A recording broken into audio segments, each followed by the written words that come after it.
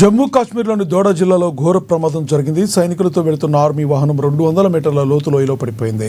ఈ దుర్ఘటనలో 10 మంది సైనికులు మరణించారు, మరో 9 మంది గాయపడ్డారు. ఘటనా స్థలంలో రెస్క్యూ ఆపరేషన్ కొనసాగుతుందని అధికారులు వెల్లడించారు.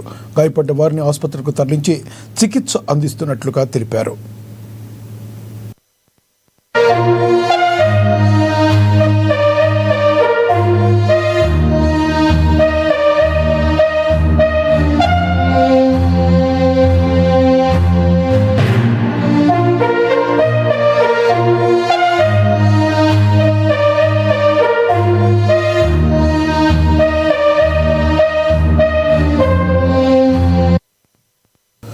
జమ్మూ కాశ్మీర్లోని దోడా జిల్లాలో ఘోర ప్రమాదం జరిగింది. సైనికులతో వెళుతున్న ఆర్మీ వాహనం 200 మీటర్ల లోతులో లోయలో పడిపోయింది.